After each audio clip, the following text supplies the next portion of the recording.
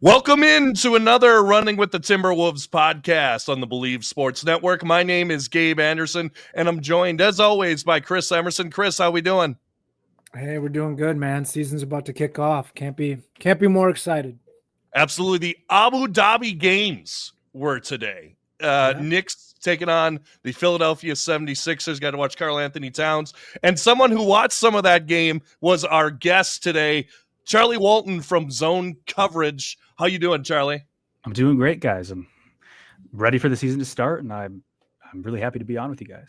Yeah, we always love having you on. Go check out his stuff at Zone Coverage and his Twitter as well. In fact, while we get started, let everybody know where they can find you on X and on the internet as well. Yeah, Charlie Walton, MN, Twitter and Instagram are my two main platforms, and got a couple articles coming out soon for Zone Coverage, so keep an eye out for those. Absolutely. So first I got to ask you, how was the first Abu Dhabi game? Was it worth watching? The replay is on NBA TV as we record this right now. So yeah, it's just more or less just starving for any basketball. Right. I was saying before we came on, like the broadcast, I mean, it was unwatchable because they were pumping in the PA audio as well as the broadcasters at the same level, at the same audio level. So it was like, I turned it off about halftime, but it was good. It's good to see Cat out there in Abu Dhabi again, ironically. So yeah, just sign of basketball in the air. It can't be a bad thing. Right. And of course that means the Wolves, they open up their season on, what is it, Sunday? I believe Sunday night against Saturday. Saturday. Yeah, Saturday night, I believe. Yeah. Okay. Saturday night against the Nuggets. And let's just start with this. How much do you expect like Ant and Julius and the starters to play in that game? Have you gotten any indication on how much they're going to try to get them going early on in the preseason? Yeah. Well, Finch did tell the media, I believe yesterday, that he is going to play the veterans. Okay. I don't think it's like a Kevin O'Connell thing where JJ McCarthy plays a series and it's over. They'll probably play a couple games. They've got like that weird back-to-back to end the preseason. So I'm sure that final game, none of the rotational players will play. Perhaps against the Long Lions to the Chinese basketball team, they might, Finch might. But overall, I mean, I do think they'll probably play. Finch will probably play most of the guys. Right, absolutely. So let's get into it. I will link the article in the description, but I do want to mention you had a latest article at Zone Coverage, which you should go check it out. And you asked basically your listeners and your fans about just things that they were wondering about going into the season. And let's talk about it. Let's talk about some points from the article. Point guard depth. Do you see more minutes for Jalen Clark or Rob Dillingham? What do you think? Yeah, I honestly think it'll probably come down to more like who is in the rotation between those two, assuming that Finch goes 9 deep. Looking back on it, I think Jalen Clark did more than enough to show that he's a rotational player in the NBA last year.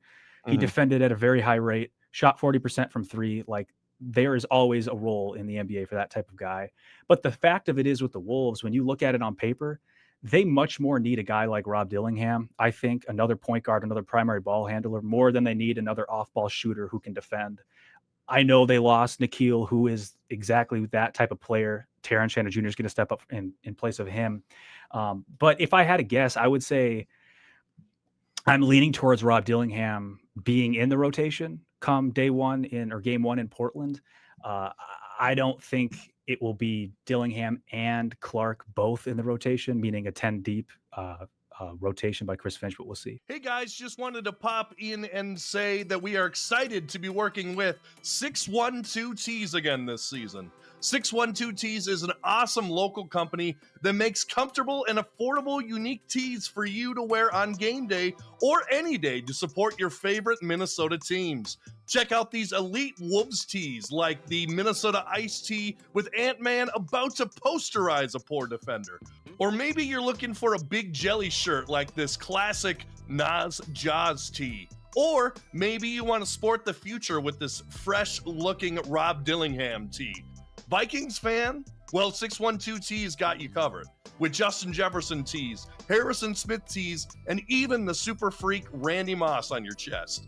There is something perfect for you on the brand new website 612tees.com, and at checkout use our promo code RUN25 to get 25% off your first order, or use the link in the description and the discount will be automatically applied at checkout. What I love about 612 Tees is they're always innovating. Cole over at 612 Tees is always coming up with new ideas, new shirts, and I guarantee that you'll find one that you'll love at 612tees.com. It's the #1 way that you can support the channel. So check out 612tees.com. Chris, I know you've talked about it on past podcasts, but you think that Dillingham should get some minutes out of the gate, correct? I mean, it's hard. We have so many guards. I mean, it's one of those things that, yeah, for sure he should, and so should Clark, and probably, Shannon too. But the numbers just aren't there. Like, you've got 48 minutes for a point guard and 48 minutes for a shooting guard. And when Anthony Edwards is sucking up 35 of those, you just get to the point where there's, you're splitting hairs. You don't want to give a guy 4 minutes a night. So, yeah, I mean, I think it's going to be hot man. Maybe it'll be matchup dependent, but like Charlie said, there's a reason why, Tim Conley went after Dillingham, and there's a reason why we have Bones Highland on this roster. That style of player, like that change of pace, that electric side to side shimmy, is something that we don't have on our roster. So I think it's one of those things where his skill set is a need. So I would assume that we're going to try to give it the first try to see if it works. Right. And also the great thing about Bones Highland is I believe he's the only 77 in the NBA. So well, now he's number 8. Now he's number 8. He is? He stole Josh Minott's number, but yeah. Oh, no. So, so you're saying I can wear my old Spreewell jersey and just put Dillingham Bones on the back? Yeah. So I kind of buried the lead here. I kind of jumped to something else. But talking about point guard depth, do you see any chance that Chris Finch goes away from Mike Conley as a starting point guard in favor of a Dante DiVincenzo, which a lot of people have been hinting at? I've seen graphics towards it. But what do you think? Go ahead. I don't think Dante DiVincenzo should or will be viewed as a point guard or a primary ball handler entering the year.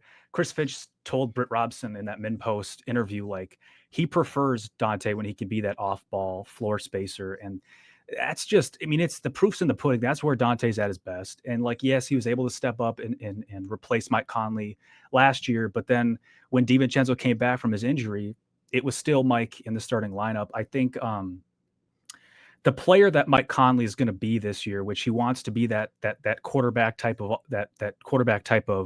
point guard, the Wolves still really need that. They didn't show anything last year, Ant in particular, that says like they don't need that type of player on the court consistently. So I don't think that DiVincenzo. I think it'll be Mike Conley in the starting lineup to begin the season, and I don't think Dante is close to replacing Mike in the starting lineup. Chris, would you agree? Yeah, I mean, I think I understand the need for having some guard play that has an impact next to Anthony Edwards. We got bogged down easy when you only had 2 ball handlers, or that were 2 people were really handling the ball and one was a power forward. It's easy to take Anthony Edwards out and then make a power forward handle the ball 35 feet from the basket. It was ugly last year. Conley's been talking a lot about he wants to have the ball in his hands. He wants to start. He wants to initiate. And I think it's great because that makes it so much harder for the defense to set up when a guy like Randle or a guy like Anthony Edwards gets the ball, on maybe the second or third pass of the offense. It's harder for the defense to just lock in on one guy when he's not bringing the ball up. So I hope it works because, I mean, Conley shot well last year, but other than that, he was one of our worst points per possession guys on the team. He kind of just did nothing. And if he's going to be out there giving us kind of almost nothing, I don't want him out there. So if you're not running point as a 6 foot point guard, put somebody else on the court. So I hope he runs point, and I think it's needed because Anthony Edwards isn't quite there yet as a playmaking point guard type player. And also I kind of don't want him to be that. Like I've talked about this last year.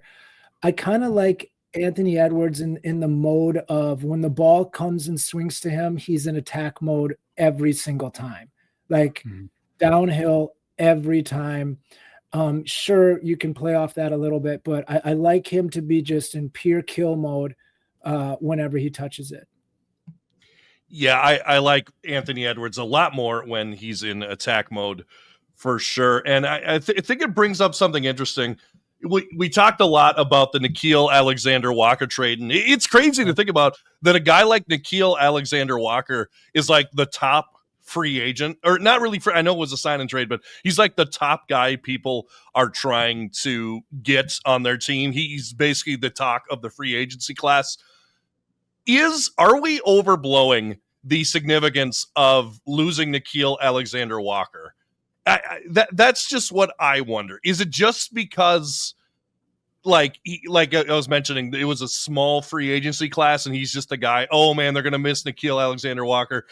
Charlie, do you think that we're overblowing the significance of what Nickeil Alexander-Walker will leave us with or without? And do you think we have the pieces to easily fill in the gaps from that?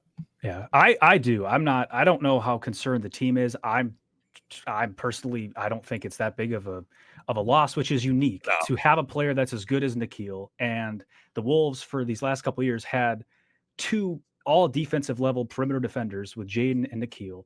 And that 1-2 punch to be able to bring Na off the bench was huge. And then you lose that type of that second option off the bench.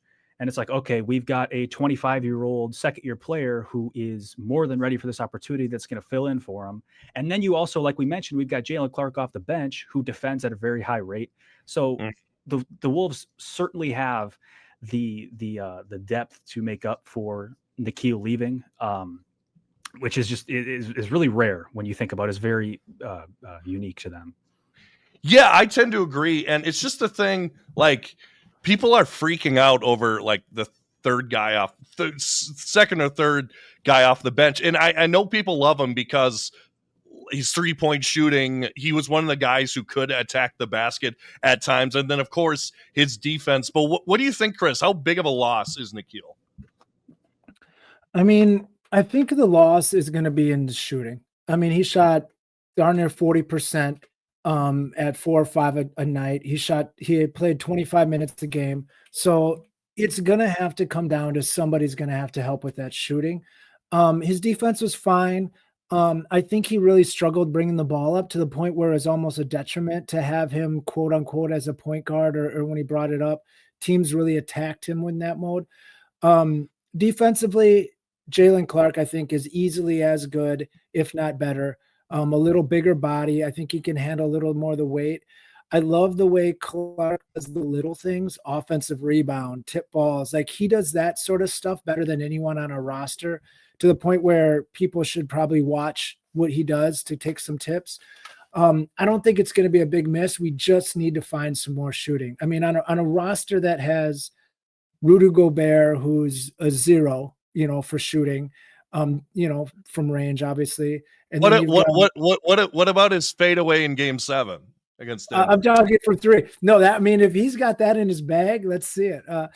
Right. But when your starting lineup has Randle, who is not a 3-point shooter, he's fine, he can hit them, but he's below NBA average. And then you've got Jaden McDaniels, who's well below NBA average from 3, and then Rudy.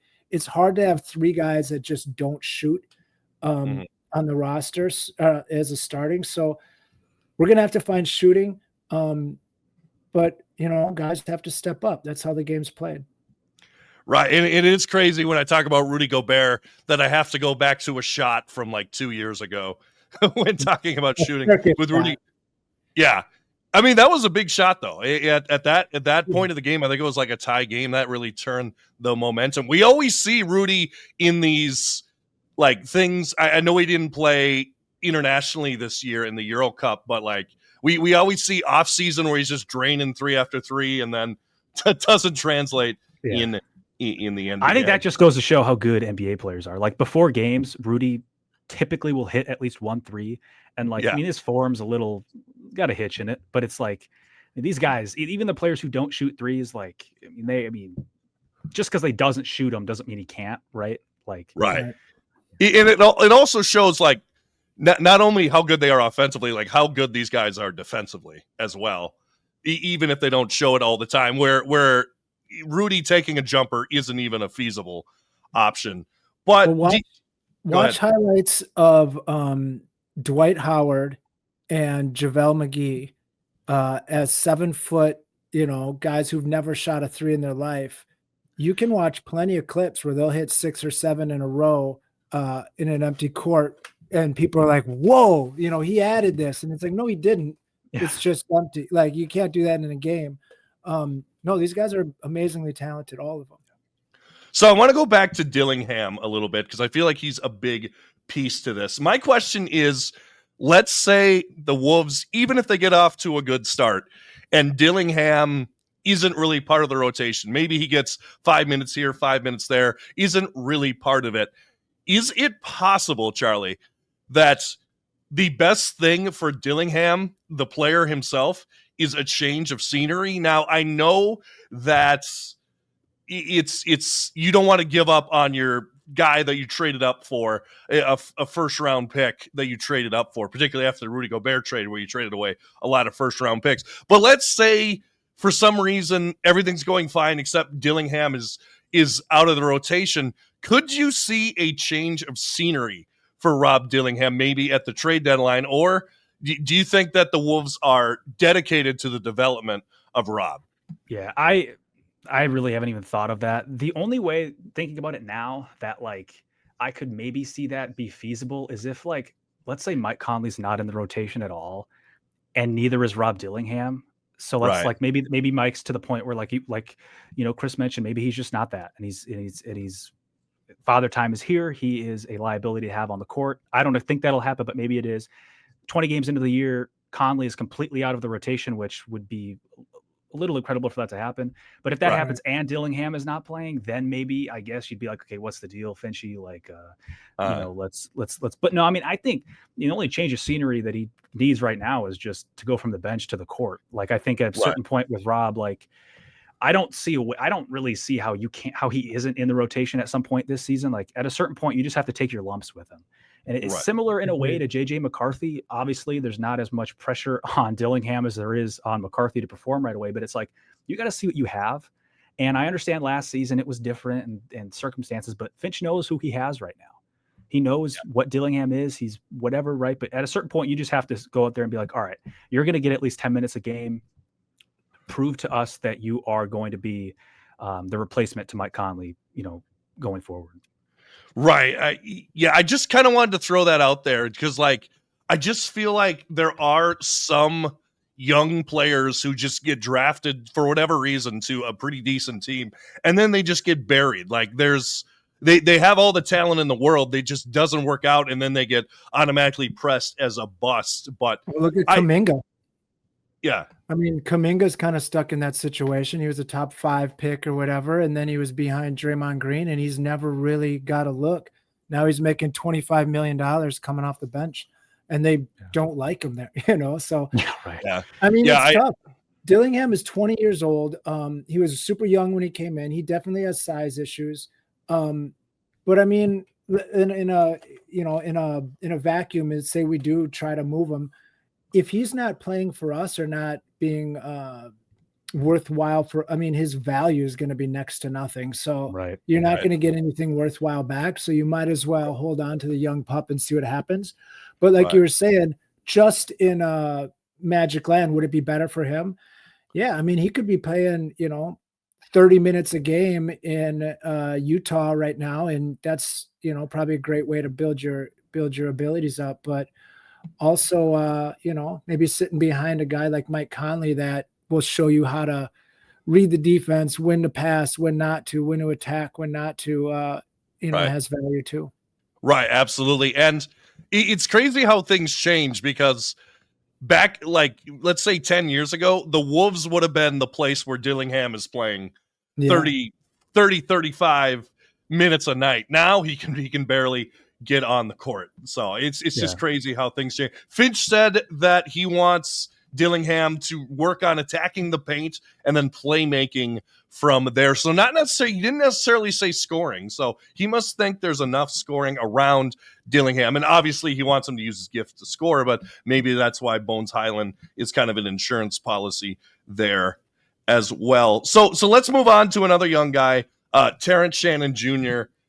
Personally, and I don't know if you've seen the podcast lately, Charlie, but I have the most faith in Terrance Shannon Jr. Of all of the young guys. For me, and don't call me a hater, even though I just said, hey, we should trade Rob Dillingham. For me, it goes it goes Terrance, and then it goes Clark, and then it goes Dillingham. But what are the realistic expectations, Charlie, this year for Terrance Shannon Jr.? Yeah, I think just first and foremost to have an impact on winning and to do what the team asks of him, which is what's really unique. And the media was talking to Finch about this yesterday. Like he already, I think it was Jace Frederick was the one saying it. Like Terrance already has an understanding and a grasp of like, hey, I'm coming on here and I'm going to do what coach tells me to do because I care about winning. I'm not worried about playing a certain way. I'm not worried about how I used to play in college and high school. Like I only care about winning. And for Shannon really to impact winning the most, I think obviously it's play fast. He's the fastest player on the team, but it's the playmaking that I really look back on. Like at Summer League, it really popped. And if you can combine that reckless abandon in transition, like, yes, with that will come some offensive fouls and some contested layups in transition that you scratch your head. But if he can keep an eye on his teammates, and then it's like, I mean, then you've got another quarterback in there just leading the offense in a different type of way. And that to me is where I'm going to look the most at, because we know, like, and defensively too, I think is important that Shannon continues to grow. But I thought defensively he was pretty solid when he got minutes, like at the conference finals. I'm not too concerned that way. But if he can add that passing onto his already just ridiculously fast play style, I think that would be incredible for the Wolves. So before I go to Chris, let me ask you the same question we asked on a past podcast. Of the three quote unquote young guys, even though we always say it, Terrance Shannon is older than Ant. We've looked it up. Out of the three, who do you have the most confidence in? 1, 2, 3 on there. Yeah, it's tough. I think I'd probably go Shannon, Clark, Dillingham. It's tough because, like I said, I think Dillingham's going to get more minutes than Clark this season. But just based off of what we've already seen, like we know what Clark is. We know in a way kind of what Shannon is, even though he hasn't played too much either. But I don't know. I'm pretty high on all three of them, man. I wouldn't say like I think last time I was on, or a couple of times before, like you asked me the same question. It was like I was mentioning like Luka Garza and Leonard Miller and Josh Minot, and like, yeah, a little bit less confident in all three of those guys. But yeah, I mean, with Dillingham, Clark, and Shannon, I think they're all really exciting moving forward. I think we got to ask every guest that we have on that question, because it's an interesting question, and I just worry about Dillingham. That's just me.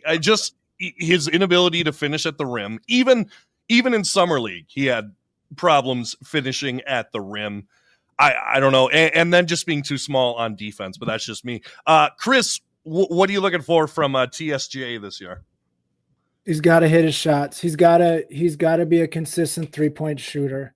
And then like Charlie said, if he can pass at all, like last year he didn't pass once. Like maybe I don't think he passed once the whole time, and I don't know if he even looked. I am definitely critical of Terrance Shannon Jr. Not too many people come into the NBA at 24 years old and are anything.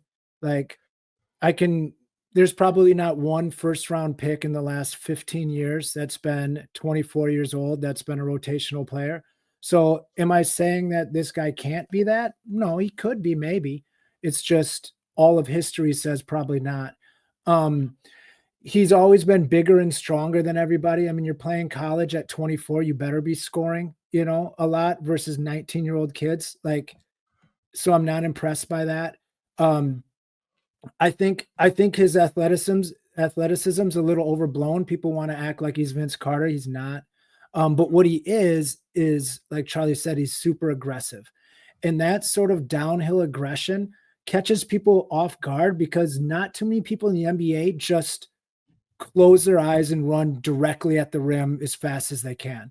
It's like a Giannis or like a Zion type principle where it's like you kind of know what he's doing, but geez, he's doing it again. Like he went right by me. So that sort of aggression adds, like we're talking about Dillingham, it adds a play style change of pace that is good, and for that I love him.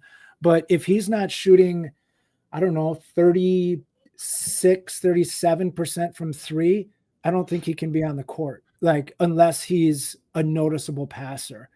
Like we were talking the other day, 25 minutes are what we have to probably split up between those three, because that's what Nickeil Alexander-Walker was playing.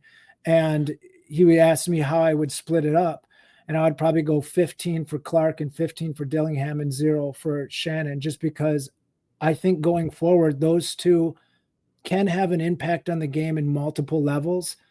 And so far right now, as a 25-year-old guy who's coming into his NBA prime, mind you, that's the age that is, he's sort of just a downhill sprint to the basket guy. And I think if you're getting a lot of minutes doing that, teams can figure that out and they'll make you do something different. So we'll see. I hope I'm wrong. And like Charlie said, in the preseason, it blew my mind because he looked like a legit point guard. He was throwing oops. He was making like great reads. And if that's something that he's added to his game, like his actual passing and like basketball IQ to his like reckless abandon, now it's a whole different player. And I have to assess him completely different. But from what I saw last year, he's just a guy to me. Well, I think your point is that it caught, like, let's say the Thunder a little off guard in situational moments that he was, everybody off guard. So hard. And that my point is in that Terrance Shannon Jr. is going to be our like best guy off the bench for the next 3-4 years. My point is I think he fits better to what we need this year. Would you agree, Charlie, or what do you think? Yeah, I don't know. I definitely get the criticism for what he is, but I still think it's important to remember. I mean, the dude has barely any NBA experience. I get he's older, but just on court minutes in actual, not G League, not preseason, not summer league, like meaningful minutes, he still lacks. And every time he's played, you're right, it could be partly because he's catching teams off guard, and obviously adding a reliable 3-point shot's important. But I just look at it like, having a player that can consistently do that, even if the defense is ready for it, it's still like the Wolves still need a guy like that. So like you mentioned, Gabe, I definitely think he is going to be important to what the Wolves do this year. What I love about him is we would always go swing, and it would be like corner three or swing it back around. When he's out there, when it swings to him, he catches it and he's absolutely downhill attacking. Yeah. There's no passive swing to the next guy. Like and there's value in that. There really is. I agree. So we've talked a lot about the bench. Let's go to the guy that makes everything go. Anthony Edwards, of course, the face of the franchise. If Anthony Edwards goes down, the whole team goes down. The whole franchise goes down at this point. But Charlie, I want to ask you, what do you think is the next step in the progression of Anthony Edwards for this next season? Yeah. For me, it's consistency, and not necessarily consistency from like a statistical point of view. Like, not that we're going to be like, hey, Ant, you need to score 25 every night. Finch said it best. He said consistency of habit as it related to Ant. He said that's what he's looking to see. Consistency of habit, the good habits. We need to see that every single night. I understand. The offense, it's not going to be there some nights, whether it's because he just doesn't have it or the defense is sending 3 players to him and the only thing he can do is pass smartly. But what can't happen is him just mentally checking out on defense in particular, that can't happen. And it did happen occasionally last season. It wasn't like a worrying trend, but it happened. And I look back to game 4 against the Thunder as like the glaring example is offensively, he only took, I think, 13 shots. And it was because Lou Dort was hounding him. They were sending 3 to 4 defenders to him. The only thing he could do was pass, which he did well. But it was defensively that he was completely checked out. He looked like he didn't have any interest in defending in a pivotal game 4 of the Western Conference Finals. And who knows why? Maybe it's just he's gassed. Like he mentioned how he needs to sleep more this season. That's what can't happen. And I understand that might be that's asking a lot of a guy who did as much as he did last year. But if Ant wants to be the player that wants to reach the goals he wants, which are 3, he wants to be an all defensive level player, win MVP, and win a championship. If you want to do all 3 of those things, you have to have a consistency of habit. Like Finch said, you have to be energy wise, mindset wise, the same player every single night, regardless of how you're scoring the ball. Yeah, absolutely. And where I look for Ant to be better, and we actually did a whole episode on Anthony Edwards, but I look for him to be better in the clutch situations. Maybe not, and maybe play a little less hero ball and rather get into his sets, maybe get more into post-up situations. He did mention at Media Day that he does have a go-to move that he is going to go to in crunch time when he needs to get a bucket. And, I mean, that's just the next step of what MVPs do. Like Kobe had a go-to move. Durant, a little pull-up mid-range, his go-to move. So, Chris, what do you think Anthony Edwards can do better this year to really take us to the next step? Yeah, we talked about it. It's at mid-range. Finding another spot. Like he added, a couple spots in the 3-point line that's, he's comfortable at. When he gets there, that's a bucket. He needs to add a couple of those in the mid-range. Like we said in that other episode, they were talking to Kevin Durant and they're saying, well, you need to shoot more threes. And his answer was, no, these other guys need to shoot more threes. Like the other guys that are playing with me need to shoot more threes. I'm doing what I'm doing. Like I get, like they're spacing for me to get to my action. And, some of that is a reason, like I talked about earlier with so many sketchy shooters out there at the same time, it does get a little tough for him, but oh well, if it's going to be that Jordan fadeaway from the baseline or whatever he goes to for his go-to move, let's see it. And it has to be more consistent. So Charlie, go ahead. I want to add on really quick to like that kill shot move or whatever. His kill shot, like he likes to say, is when he's kind of fading away in the wing 3-point shot, like the one he hit against the Kings early in the last season. But his go-to game-winning shot is first it starts with deviating from whatever the play was, which he's Ant. It'll happen. We understand that, but maybe let it play out. Finch is a good coach, but he deviates, and then it's just dribble between the legs, counting down the seconds, and a sidestep 3. And unfortunately, that results in a miss a lot of the time. So I'm with you guys. A go-to shot that actually is like not what defenses are, like something that maybe a defense can't stop. Like, well, you're giving them what they want. The defense wants you to take that shot. Like he needs to learn, like you were saying, what I want him to do. I want him to get off the ball earlier. I want him to get off the ball very early in the play clock so that he can get back on the ball later. Too many 17 dribble possessions, no pass. I want to see less than 2 no pass possessions a game for the entire team. And there was way too many of those where a guy would dribble it up and then they're the one shooting.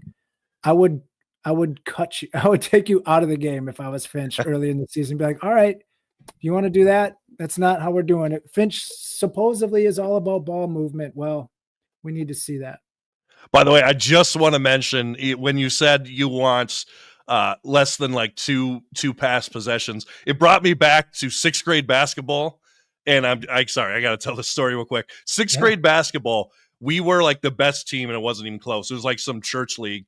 And our coach said you had to make 10 passes before scoring the ball. Like that's how much we were killing teams. I know that's unrealistic in the NBA, but I just think it would be crazy for them to do something like that. 3 or 4 shouldn't be unrealistic, and again, that Chris Finch's offense The guys preach it every time we're playing bad. They're saying, well, we're not sticking to the play. We got to, read and react. When we're playing well, that's what we're doing. And we can win with hero ball. Unfortunately, Anthony Edwards has enough talent where that happens. And then you kind of get propped up like, oh, maybe I can do this all the time. And it doesn't work that way. Like there's a reason that, the teams that win, OKC won for a reason. Like they move the ball well. Like they play as a system well. We didn't play a good system last year. Like I want to see Anthony Edwards and Randle play well together. Like they both played well at the same time on the court, but very rarely were they, a two-man attacking offense. So, but we had an off season together. So let's see what happens. Right. And let's go right into that, Charlie. Chris mentioned it. I believe even Julius Randle mentioned in the media day that there was a possession last year where him and Ant were both posting up and they were like, what are we doing? So like how do Ant and Randle be more cohesive in year two? Yeah, well, I think like a big thing that we need to give Ant credit for, and I don't think maybe we do, but like obviously what he did 3-point shooting was incredible last year. That was really important in him playing well next to Julius. And I don't think we look at it that way because Ant did it right from the start. Like it was preseason and he was hiking up 10 threes. Like, but that was really important because Julius, like you mentioned, Chris, he's not a 3-point shooter. He likes the ball in his hands. He's a point forward. When Ant is focused on 3-point shooting, which it sounds like he will be again this year. No reason for him not to be. It allows for Julius to play well directly off of him. And maybe I'm just being a little bit too, optimistic about everything. But I wrote an article early on last season. I thought Ant and Julius, like they had a pretty good connection from the start. And maybe it was that they were just playing well separately. That certainly was the case at times for the entire team early on last year. But I think just with Julius, he's more comfortable now. And Ant, you continue to shoot, you continue to space the floor the way that, I'm really not concerned I think they'll play just fine next to each other as they did in the second half of last year. Yeah. And I think it was very telling in the playoffs how well that they played together. And really, they got us to a second straight Western Conference Finals. Which when was the last time you could say that in Minnesota land for any team in Minnesota? You may have never been able to say that. I would love to see how many pick and rolls Anthony Edwards and Randle were together with well, I guess either one as the ball handler, but. Something like that would be nice. But then again, you've got Rudy out there. So sometimes that kind of, it's hard to run a pick and I don't know. It's going to be interesting. I believe in Finch. I believe in his ingenuity, his play calls, or his way that he runs an offense. And I just want to see it happen. Yeah. Coach Finch was asked about Julius Randle at media day, and maybe it was the Min Post article. I don't remember which one, but Finch says Julius has a high care factor and is one of the most understood players in the league. What do you think he was talking about there, Charlie, when he says that Julius Randle is just really a misunderstood guy in the NBA? I think this is kind of the perception that I had of Julius when he got here is he's this big, burly power forward who is kind of with him comes a slow-paced offense because he has the ball in his hands a ton. And I believe that's probably what Finch was getting at is because we saw last season, like Julius is essentially a 6'9" point guard who is built like a power forward. I think of LeBron as a player like that. How many other players are there like that in the league? So, right. I think that's what it is with Julius. And the other thing too, it's really important that, cause he said that it's the Wolves are at their best. I don't know if this is what Julius said, but like when Ant and Julius are flirting with triple doubles, that should be the goal. And that's the goal that Finch kind of gives them. So Julius passing the ball, which is again, not something that I was familiar with when he got here. It's important. Like I looked up like some of the best offense the Wolves had. The highest their offense was rated in games was when Julius had over 8 assists. When he is moving the ball and it's quick and it's rapid, the Wolves are at their best. And that to me, I didn't expect that from Julius until I started to look at the film, once after the Wolves traded for him. Yeah, and Julius talked about how he learned a lot from after he got injured, and I know it started at the beginning of the season as well, but he learned he was starting to get into a stride, got injured, and then had some time to really look at the offense and see how it was going to work around him, and really came back and made a huge difference down the stretch. So let's get into a little bit of fun stuff before we go into kind of our Western Conference preview. Charlie, as someone I would say closer to my age than I am to Chris's age, what does it mean to you to see ARod and Mark Lore bringing back the Trees jerseys, agreeing to essentially it's not a done deal, but the pretty much it's set in stone that they're going to retire KG's number. What does it show to the fan base that basically they're just saying, okay, we're in charge now. Here you go. Here's all the things you want. Yeah, well, that's just it. I think everything they've done so far just kind of screams that they're an ownership group that, one, is willing to spend money to put a winning product consistently on the court, and two, they have sort of a fan-focused approach. I mean, just go across the street, one Twins way, talk to the Twins fans that aren't in Target Field right now watching a playoff game. Yeah. The Polad family, complete opposite in both of those categories right now. So as a fan base, that's all you can really ask for from owners, I think. If those two things, if they always have that, things will be okay. Obviously, it's still early on. What happens when things go astray? What happens if Chris Finch gets fired? The Wolves are 10 games under 5. Like, things happen, and then it's like, all right, well, the ownership. But so far, like, the jerseys, bringing them back, while I don't think it was like maybe it was. I don't think it was like their decision exclusively. Like ARod and Lore sat down in the war room beginning of summer, like, we got to bring these jerseys back. But they're kind of like the poster boys for these type of moves, all these off court type of moves. And they're wearing these jerseys for 21 of 41 home games. To me, that, I mean, it's 50%. So to me, that's like, okay, maybe a rebrand is close. And then if you look at like, all right, I would assume a rebrand is going to be like tailored to the old school, whatever it is, right? If it's a success, then it's just another feather in the cap of ARod and Lore. Yep. Yeah. That too. So, but for now, like I said, we don't know, how everything's going to play out. But so far, I mean, ARod and Lore have done everything Wolves fans can ask for. And then especially if they retire KG's number, we'll see if that happens. I mean, you may be able to get a statue of ARod and Lore out front right now. If that happens. I don't think people would care too much.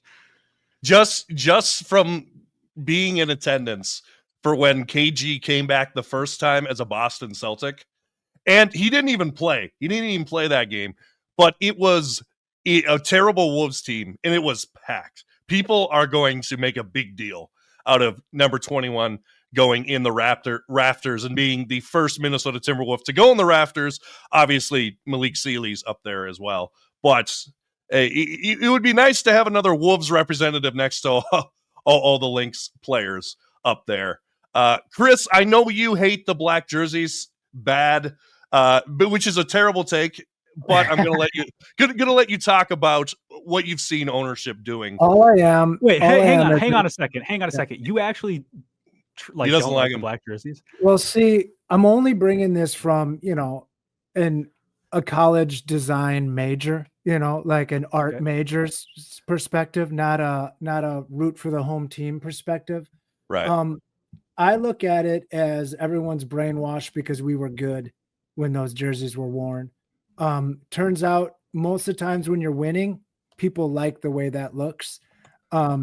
If we were a terrible team in those jerseys, I think they'd be looked at differently. I think the writing looks like a sixth grader tried to write some cool letters. Like, they're all dumb. They're all over the place. The black is played out. There's like 4 other teams going black jerseys this year, throwback to the black. Like, in that era, every team had a black jersey because that was the cool thing to do. Like, it wasn't that inventive, but we were good. And I'm fine. They're better than what we have for our normal ones. So I like that. To me, it looks and even retiring KG, that's great. That's a KG thing. That was all on him always. Like, Glenn Taylor was on the record many times saying, I'll retire his jersey today if he comes in to do it. So it was not a Timberwolves issue. That was a KG issue. But to me, as a pessimist, maybe as an old man here, it smells a lot like a team that needs a new stadium, who's been saying that they're gonna privately fund it, and they're trying to get all the fans fired up to maybe make it publicly funded. One of those types of things. That's what I was gonna. Yeah. Oh, you guys all love all this crazy fun stuff we're doing? How about $500 million to help support this stadium? That's what it smells like to me, which is fine. Like, I get it. That's the move. But, yeah, I'd rather just see the product on the court. All this other hoopla, I think, is all just for PR. It's funny, Chris, because that's exactly what I was thinking was, here's everything you want. Oh, but we also need a new stadium. But can we agree that these suck? Can we agree that these suck? These jerseys that I'm showing you right now. By the way, they suck. Chris's logic, they suck because the Wolves sucked in them. Right. I would say they're better. They're a better designed jersey than the black ones, the white ones for sure. By the way, if you're listening to the podcast audio form, it's the 2008, 2010 home road jerseys for the Wolves, where it was very cartoonish. It still had the trees, but they were weird trees. Yeah. Have you seen the logo with all the trees on the side and the wolf in the middle? The logo was like 2 feet wide. Like you couldn't put it on a hat or anything. It was trash. That trees logo was no good, but it's okay. We went to the Western Conference Finals. KG was the MVP. I get it. This is the logo we should all be talking about. This is a logo that when they went back to it, everybody was like, oh my God, those jerseys are amazing. Yeah, because it's the best colors, the blue and the green, the throwback originals. Like, that's what looks the best. That's what all right, Chris, get your head out of 2024. So 2024. No. I was probably 90 or 86 or whatever. 89. We actually did on this channel. You can go check it out and I'll link it. And we did with Jared, who used to be on the podcast. We did a jersey ranking where we went through all of the jerseys, and basically me and Jared agreed on most things. Chris disagreed on the other things. Mind you, when I was watching the Timberwolves, both these guys were, had training wheels on their bikes. So we have a little different era. Right. And I wasn't even a dream yet. One of my favorite jerseys, and people hate me for this, was the MSP baby blue. Really? Uniform. I think I was bummed out because that was before the Wolves started doing custom courts. If they did a custom baby blue, I don't know. I was a sucker. I really like those jerseys, but I know a lot of people don't. I like a baby blue jersey too. The Muskies were pretty bad. Yeah, and then of course I don't think these are bad jerseys per se, but just the concept, the sleeve jerseys, never again. Oh God, those never again. Those Warrior ones. Oh my gosh. Lifeguard jerseys. Yeah. Those were awful for sure. But yeah, the only problem is for some reason in my head, because I must have done like a YouTube screenshot or like a thumbnail of this, so I have this picture ingrained in my head. The only person I can see wearing the MSP blue jerseys is Jarrett Culver. So I think of Robert Covington. You think of Robbie? Yeah. But, yeah, I wouldn't if I associated Jarrett Culver with those jerseys, maybe I would have a different take. It's important. Not trying to throw shade at Jarrett Culver randomly. He's balling out in the G League. Okay, quick question before we go into the kind of a Western Conference outlook. What do you think of those? The year we went like 42-40, and there was like the Bob Dylan inspired, like the red and the green and all the weird. What did you think of those at the time? And I guess now. I think people are kind of split. I've had people that say those are amazing. I love that. I love what they did. Now those people are kind of artsy people, but I'm wondering what you think of those. Yeah, I don't know. I wasn't a huge fan. It was kind of ironic when it was the whole scheme. The whole thing was like every jersey's different. It's the perfect imperfections or whatever. And then the night that they're set to debut them, the court has an imperfection and they can't use the custom court. I was going to that game excited to see the court, and I'm like, what? Yeah. So, I wasn't a huge fan. I also associate, if we're talking about jersey associations, I associate a lot of D'Lo and Rudy Gobert disconnection in those jerseys. I don't, so I wasn't knee level bounce passes. Yeah. Right. Yep. Yeah, no, it is. And okay, last thing about that jersey. The one thing that I don't like about it is what I was just talking about is that, like, to explain them, you have to, like, oh, you see, there's this mural of Bob Dylan in Minneapolis. Like, for example, like when you look at the Warriors jersey, okay, Golden State or Golden Gate Bridge, we get it, right? Yeah. But you have to, like, explain what's going on, kind of, and it's like, I don't even want to listen enough to care. Like, you're just wearing weird jerseys, and that's what you're doing. Okay, so let's go into kind of the outlook of the Western Conference here. Some big moves being made by a ton of teams, even though, as I mentioned before, not a lot of big free agency signings, like the big ones like LeBron.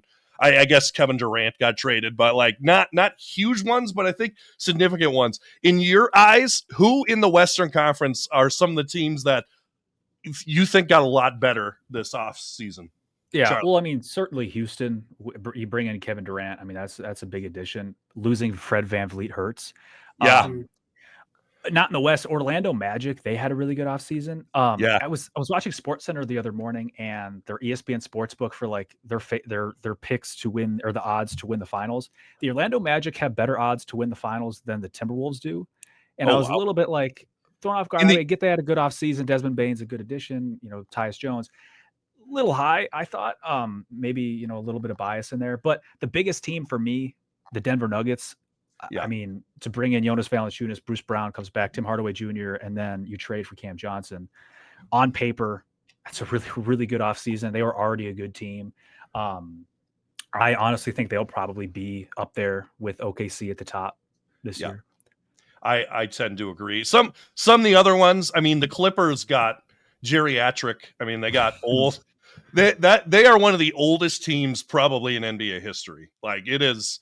Even people that Wolves fans consider used to be young guys, like Dunn, like Chris Dunn, he's already like 30. So, I mean, it's they got super old, but I mean, some good players in there. You brought in Bradley Beal, of course. Collins got moved. Lopez, Paul. I mean, all old guys. Like you mentioned, Denver brings in Cam Johnson, Hardaway as well. And then the Lakers, who knows if that series would have gotten any different with the Wolves. They finally brought in a big man, DeAndre Ayton. I think it's going to be interesting with LA. I mean, with Luka and LeBron, another season to kind of gel together. I don't know. Here's what I'll ask you, Charlie. Did the Wolves do enough to compete? Okay, let me rephrase this. Not compete in the Western Conference, but to keep up, I guess, with the Joneses, where the Wolves were more connectivity, we're banking on another year playing together? Or do you think, A, that another move could be made? And B, do you think a move should be made? Yeah, no, I mean, I definitely don't think another move will happen. Like, I mean, especially not before about the season. That's what we thought about. Yeah, I know. Well, training camp's already started, so hopefully that's not going to happen again. Right, yeah. Just looking at their offseason, I mean, October 5th, I think, was when that trade happened. Was it? I thought it was right before training camp. Like, yeah, I'll look it up. It was this time of year last year, though. It's the sour emotions are coming back. But I think with the Wolves, like Tim Conley did all he could, really. Like, he was confined to stay under the second apron. They really wanted to, because they were over that second apron luxury tax threshold last year, which brought with it penalties. But then if you're over it for 2 straight seasons, there's even more penalties, and it makes it even harder to operate the team. So with all of that in mind, for Tim Conley to still be able to bring back Nasri, Julius Randle, they weren't additions, but those were big moves. And who knows if the second apron wasn't a thing? Maybe Nikhil is still here. But bearing like a KD trade, which could have happened if the Wolves were on KD's preferred list, who knows? This was always going to be a quiet offseason. And Dane Moore brought up he said it really well, like last week, where like the Wolves did all their work before this offseason. They traded Cat. They extended Gobert on that more team-friendly deal before the season started. So like you mentioned, Gabe, Wolves are banking on continuity. And to me, like, that's probably their biggest addition, is just continuity, because it's the one thing they didn't have to begin last season, was just continuity and chemistry. And the thing with it too, that's the only time that continuity is going to matter. Chris Finch said that, right, is early in the season. Other than that, you're just like everybody else. So yeah, I mean, as far as like keeping up with the Joneses, I mean, the Wolves did what they could. I think they will probably be like I think they'll be a top 4 seed in the West. So, I think so too. Yeah. I tend to agree with you. And a lot of where my doubt comes a little bit is just the mistrust of Dillingham at this point. Just we haven't seen enough. I'm not saying he's going to be horrible. I'm not saying he's going to be bad. I just have some worries about him. But one thing I wanted to bring up, who do you think, and I'll get your opinion on this too, Chris. Charlie, who do you think is going to have on the Wolves the biggest jump this season? Like who makes the biggest steps forward? Is it Jaden? Is it Nas? Is it DiVincenzo? Who do you think makes the biggest jump this season? Yeah, DiVincenzo might be a good pick just because he got off to such a poor start last year. I'm gonna go with Jaden. I'm gonna double down on Jaden. I was really critical of him early last season. But believe me, this podcast is no stranger to being critical of Jaden. We've been doing it for 5 years. So yeah, I thought I was pretty reasonable in that. I mean, he was an offensive liability to begin last season. Finch wasn't using him right. That's not Jaden's fault, but he couldn't make an open three, and defenses were shifting to load up on Ant and stray away from Jaden, which at that point is tough. But this year, Finch knows who Jaden is. He knows what he has to do to put Jaden in advantage situations, which is get the ball in his hand so he can work a little bit in ISO, get him around the rim, free throw line jumpers, all that type of stuff. It'll also be on Jaden to, in this this jump that I hope he takes, to become a more reliable 3-point shooter. That's just, it's going to be the nature of playing next to Ant. Like you mentioned, Chris, with Kevin Durant saying that thing, there needs to be more shooting around Ant. Well, Jaden's no exception. If you want to be that Robin to Ant, you're going to need to be able to shoot the ball a little bit higher level than he did. But I think it'll happen, though. I think I have a lot of high hopes for Jaden this season. It's just, for me, it's like, can you put that end of season together? He's been really good in the playoffs too, but can you put all that together for a full 82 game season? Right. And Chris, how does Jaden improve? What do you think? He doesn't. Jaden's who he is. Like, I mean, he's started almost every game of his 6 years. He started 300 games, averaged 30 minutes a game. You look at the per 36 for the guy, because his each year is maybe 4 or 5 minutes different. They're the exact same stats for every single year. He is who he is, and that's fine. I don't think he's getting any better, which is okay. He's an okay player. I think your question is Dante needs to do better. Okay. Dante was one of our worst points per touch that we had. Well, him and Jaden was terrible too, but Dante has shown that he can be better. Like, he's put up huge numbers, like scoring wise, for long stretches with the Knicks. And I think, like we were saying, like you said, what Dane said, we did the work the year before, like bringing these guys in. I looked it up. Tomorrow is the anniversary of that cat trade. So we brought these guys when it became finalized, right? Correct. Like when the league finalized it. Yeah, I believe because it was after media day. That was when the trade happened, I think. Really? Because I know the day before the first preseason game was when it happened. I thought it was before training camp, but yeah, I mean, like you said, it was regardless, it was this time of year last year. Yeah.